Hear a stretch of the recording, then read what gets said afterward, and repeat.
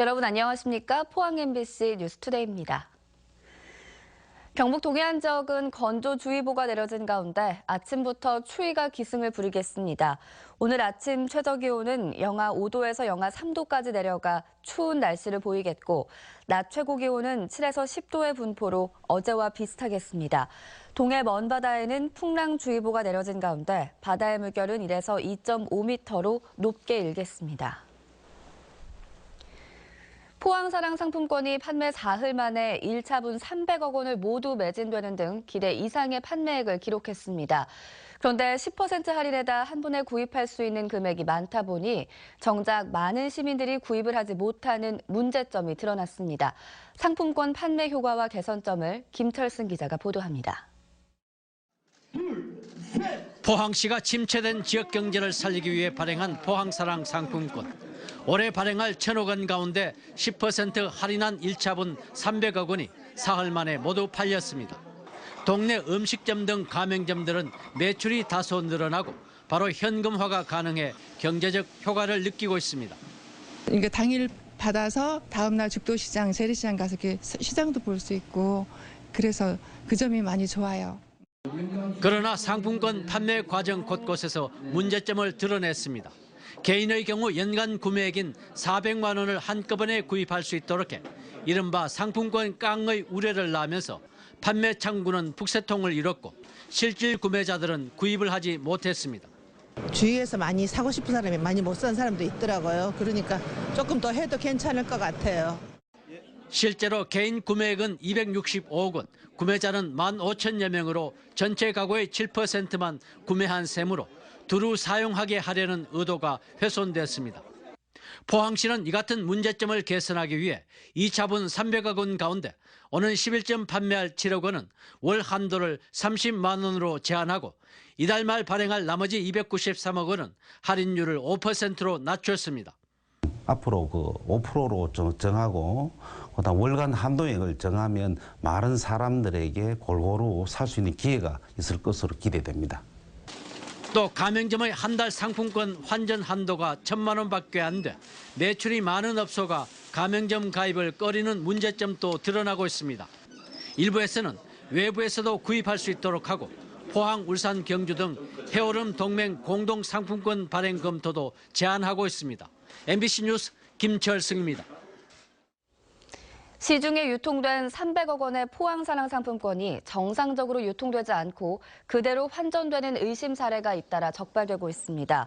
포항시가 지난달 31일 기준으로 환전 처리된 41억 원의 자금 흐름을 모니터링한 결과 40여 개 가맹점이 부당이익 의심 감해정으로 파악됐습니다.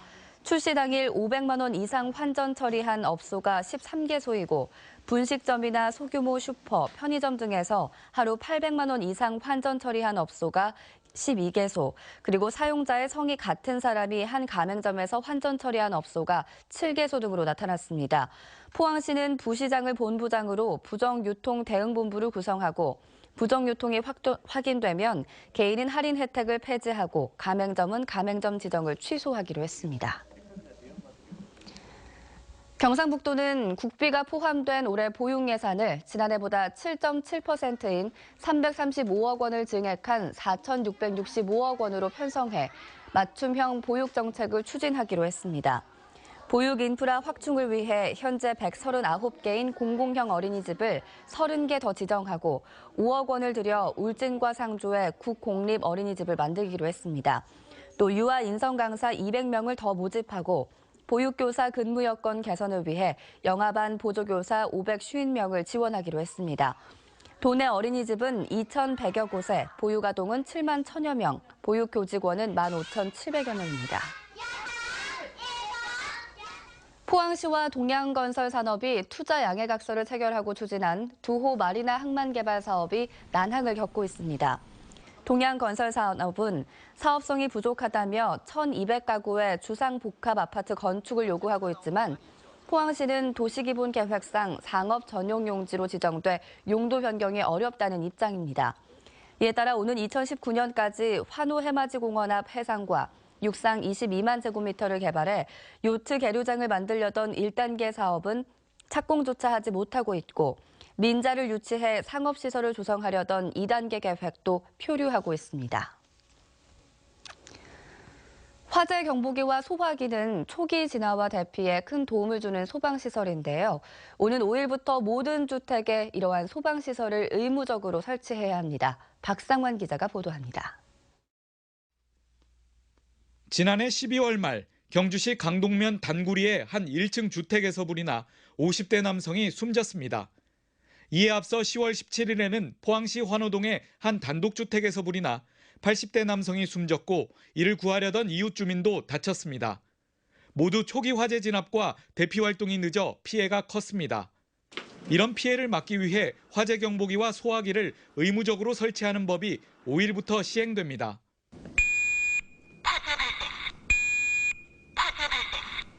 경보기가 설치된 주택은 화재 발생 시 큰 경보음이 울려 신속한 대피가 가능합니다. 특히 고령자일수록 화재 대피에 어려움이 있는 만큼 조기 발견이 중요합니다. 집이 확 올라가면 저기 화재 발생 시끄럽거든요. 그럴 적에는 뭐 이래 끄라고 우리 시계도 못 하고 그만 뭐 도망가지 뭐. 지난해 주택 화재 사고로 숨진 사람은 전국에서 140여 명에 달했습니다. 최근 3년간 연평균 전체 화재 사망자의 절반이 단독주택 등 일반 주택에서 발생하여 가장 많은 인명피해가 발생하고 있습니다. 앞으로 모든 주택에서 화재 경보기는 방마다 한 개씩, 소화기는 세대별로 하나씩 구비해야 합니다. 하지만 주택용 소방시설 미설치에 따른 제재는 없어 내 집 안전을 위한 시민들의 자발적 참여가 중요합니다. MBC 뉴스 박상환입니다. 지역 중소제조업체들은 이번 달에도 경기 하락 추세가 이어질 것으로 내다봤습니다. 중소기업중앙회 대구 경북지역본부에 따르면 이번 달 지역 중소제조업 업황 전망 건강도 지수는 77.1로 지난달보다 1.7포인트 하락했고 전국 평균 80.3보다도 낮습니다. 중소기업중앙회는 소비심리 위축으로 인한 내수 부진과 미국의 보호무역 기조, 중국 사드 보복 조치 등이 경기 전망에 부정적인 영향을 끼친 것으로 불이했습니다. 포항시는 포항철강공단의 오염 사고를 예방하기 위해 오는 2020년까지 160억 원을 들여 완충 저류시설을 설치하기로 했습니다.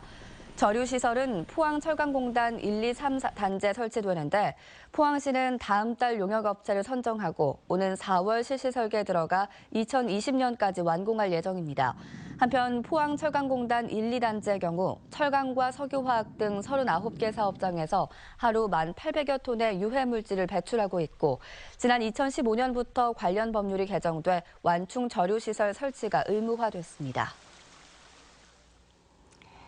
2018학년도 대학 입학 수학능력 시험부터 영어가 절대평가로 바뀌면서 상위권 학생들 사이에서 영어를 만만하게 보는 경향이 있는데요. 입시 전문가들은 영어를 소홀히 할 경우 주요 대학 진학에 큰 걸림돌이 될 수 있다며 방심은 금물이라고 조언했습니다. 이규설 기자입니다. 내년 수능부터 영어 과목이 상대평가에서 절대평가로 바뀝니다. 2017년 수능까지는 전체 수험생 가운데 상위 4% 안에 들면 1등급, 상위 11% 이내는 2등급을 받았지만 2018년부터는 90점 이상이면 1등급, 80점 이상이면 2등급을 받게 됩니다.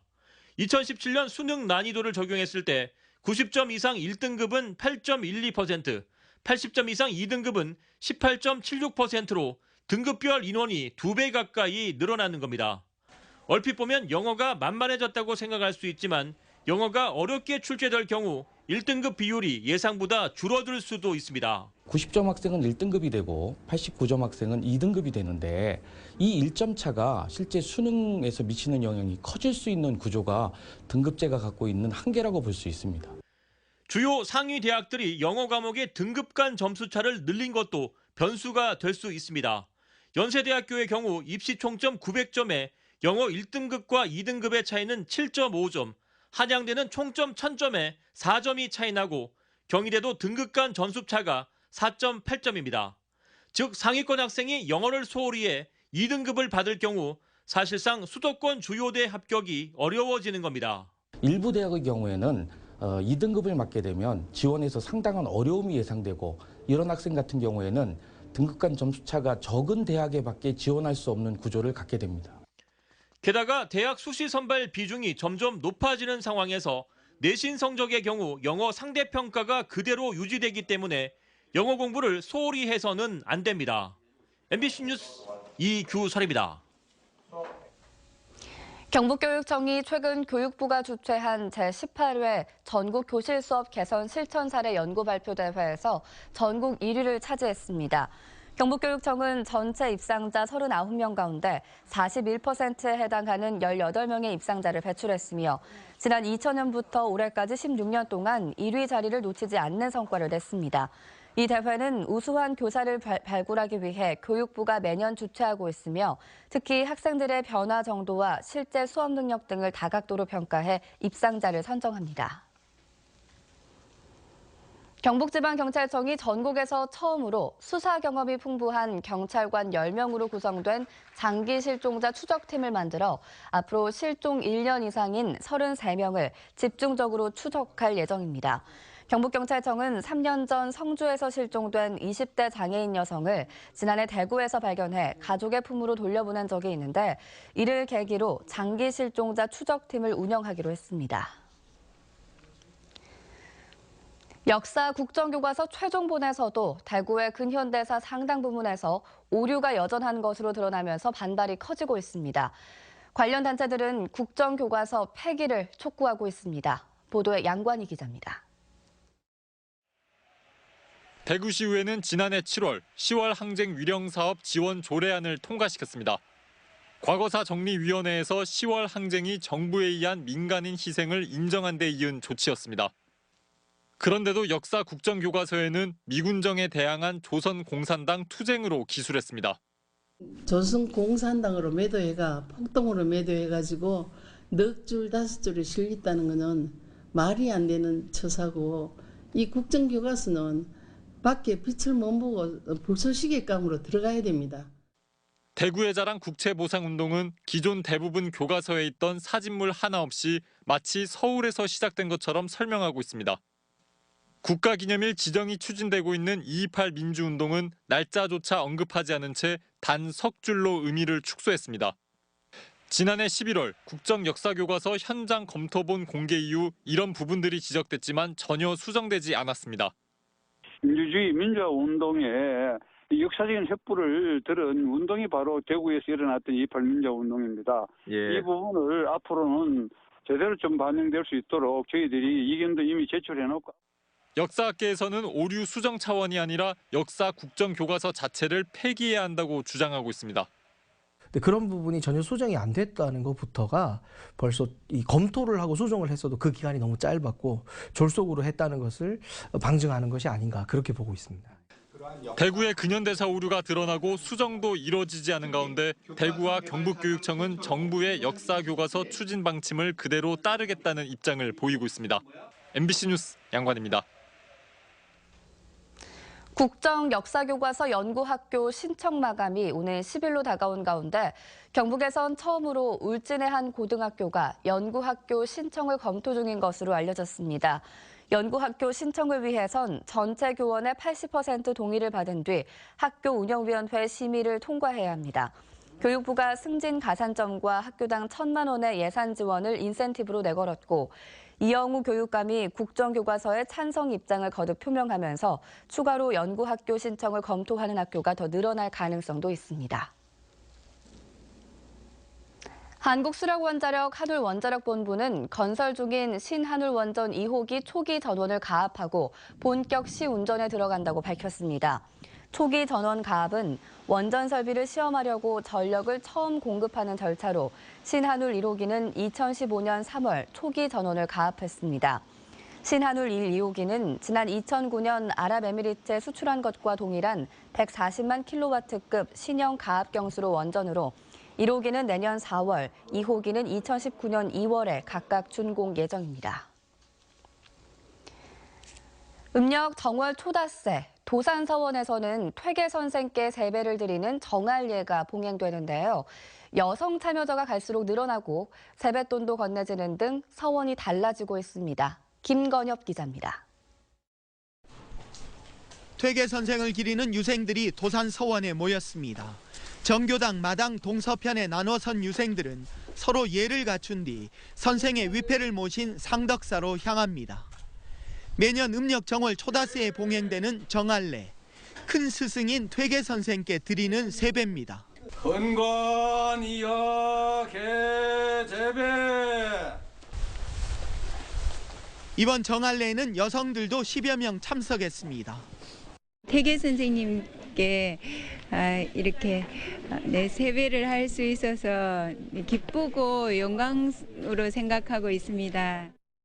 도산서원은 시대의 변화에 맞춰 10수년 전부터 서원 내 전통 의례를 일반에 공개하고 여성들의 참배를 허용하며 유교적 제한을 풀고 있습니다.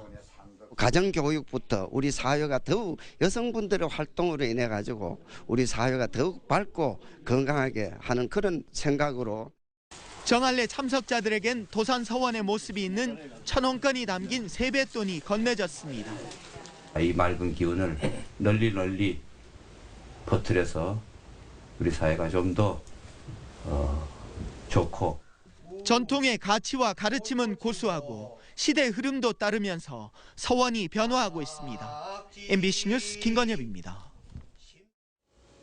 경주시는 올해 노인들의 일자리와 사회활동 지원 사업을 시행합니다. 이번 사업은 공공시설 봉사, 노인 돌봄 사업, 실버 공연단 등 공익활동과 취업 창업활동으로 경주 시니어클럽과 경주문화원 등 7개 기관이 사업을 수행합니다. 지원 대상자는 만 65세 이상 기초연금 수급자로 오는 10일까지 2,100여 명을 모집하며 1인당 월 22만 원의 활동비를 지원합니다. 올해 직불제 사업 접수가 시작돼 일선 읍면동 사무소나 농산물 품질관리원에서 신청을 받습니다. 쌀, 밭 고정 조건 분리 직불제는 4월 28일까지, 논 이모작 밭 직불제는 다음 달 10일까지입니다.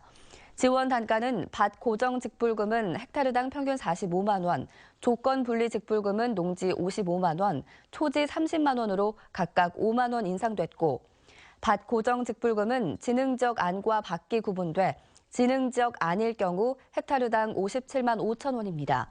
올해 쌀 변동 직불금 지급 규모는 산지 쌀값이 지속적으로 하락하면서 사상 최대치가 될 것으로 예상됩니다. 대구 경북 지역에서 환경 오염물질을 기준치보다 많이 배출해 적발된 업체의 비율이 많이 높아졌습니다.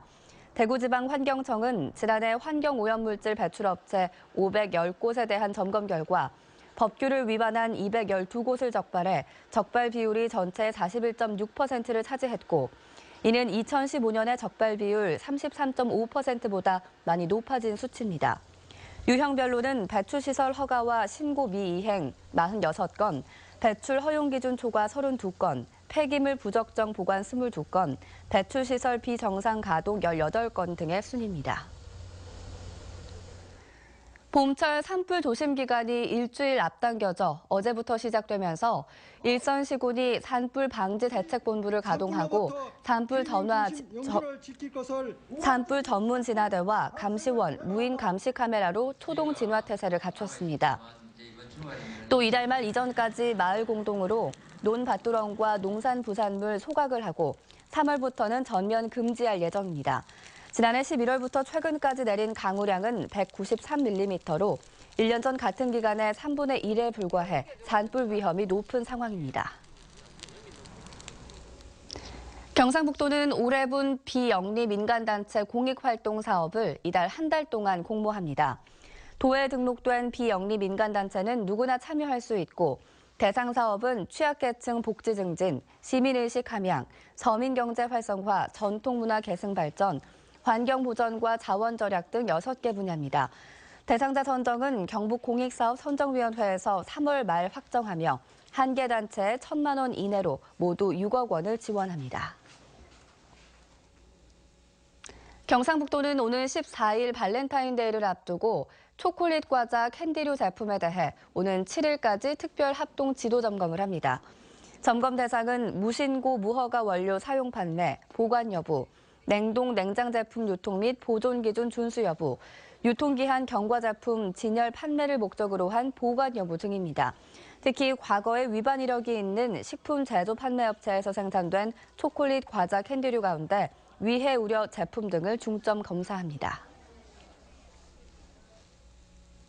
경상북도가 문화 분야 역점 시책으로 추진하고 있는 삼국유사 목판 사업과 관련해 지난해 7월 조선 중기본 목판 복원에 이어 지난해 말 조선 초기본까지 복원을 완료했습니다.